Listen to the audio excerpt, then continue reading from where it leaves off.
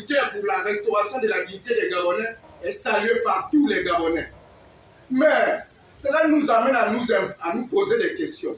Qu'a fait la communauté internationale quand les Gabonais croupissaient sous la dictature du régime PDG Bongo et soutenu par certaines grandes puissances colonisatrices? Qu'a fait la communauté internationale quand les Gabonais étaient assassinés après chaque élection présidentielle? Nous voulons que la communauté internationale nous dise de quel côté ils sont réellement. Pour cela, j'invite la communauté internationale à se regarder dans un miroir dans le cas Gabon et faire une introspection sur ces prises de décision à géométrie variable. Le Front patriotique gabonais tient à dire ici que nous n'avons pas de problème avec la France. C'est plutôt la France qui a un problème avec les Gabonais.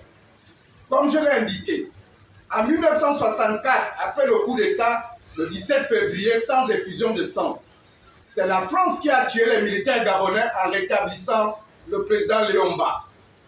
En 1993, c'est la France qui a tué les Gabonais qui revendiquaient leur victoire volée après les élections présidentielles qui imposaient Omar Bongo vainqueur contre la volonté du peuple. À Port-Gentil. En 2009, alors que André Mbobam venait de battre le candidat du PDG Ali Bongo, c'est la France qui s'était précipitée pour désigner Ali Bongo vainqueur avant même la proclamation par la Cour constitutionnelle.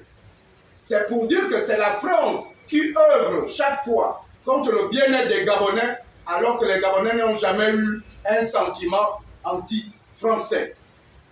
Mais nous mettons la France en garde que si jamais elle œuvre pour mettre en mal la dignité des Gabonais, qui vient d'être restaurée par nos vaillants soldats, si la France œuvre pour tenter de mettre en difficulté les autorités de transition, nous sommes prêts, le Front patriotique gabonais, et je pense le peuple gabonais avec, nous sommes prêts à soutenir jusqu'au bout les autorités de transition, à envisager des relations privilégiées avec d'autres puissances. D'ailleurs, le Front patriotique gabonais se réjouit que la première visite que les autorités de transition ont reçue 3 jours après l'opération militaire pour la restauration de la dignité des Gabonais soit le président centrafricain Archange Touadéra, un modèle de liberté en Afrique. Mesdames et messieurs, chers compatriotes, depuis 2018, au cours de nos différentes adresses, nous avons toujours clairement indiqué que pour nous, le Front patriotique gabonais, un général des forces de sécurité ou défense était mieux placé pour parvenir à l'alternance au Gabon. Parce que nous avions compris à l'époque que les hommes politiques ne pouvaient arriver à réaliser cette alternance.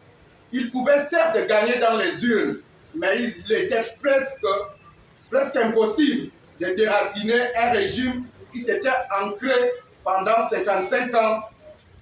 Tout était fait dans notre pays à la mesure du régime Bongo. Toutes les institutions, toutes les administrations, toutes les entreprises, tout était réglé à la mesure du régime.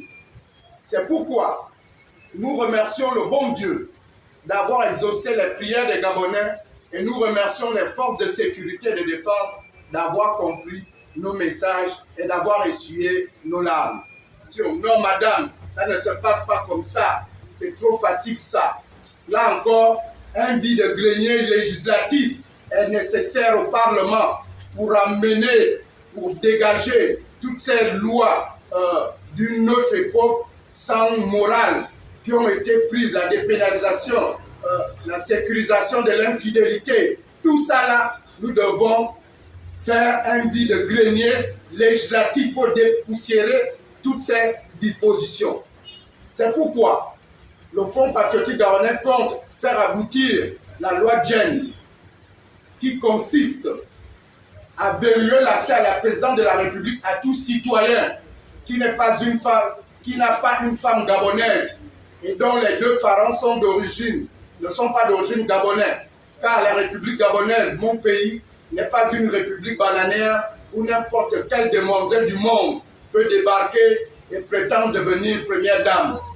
L'autre mal qui a rongé notre pays, c'est la nomination des étrangers ou des demi-gabonais à des postes sensibles.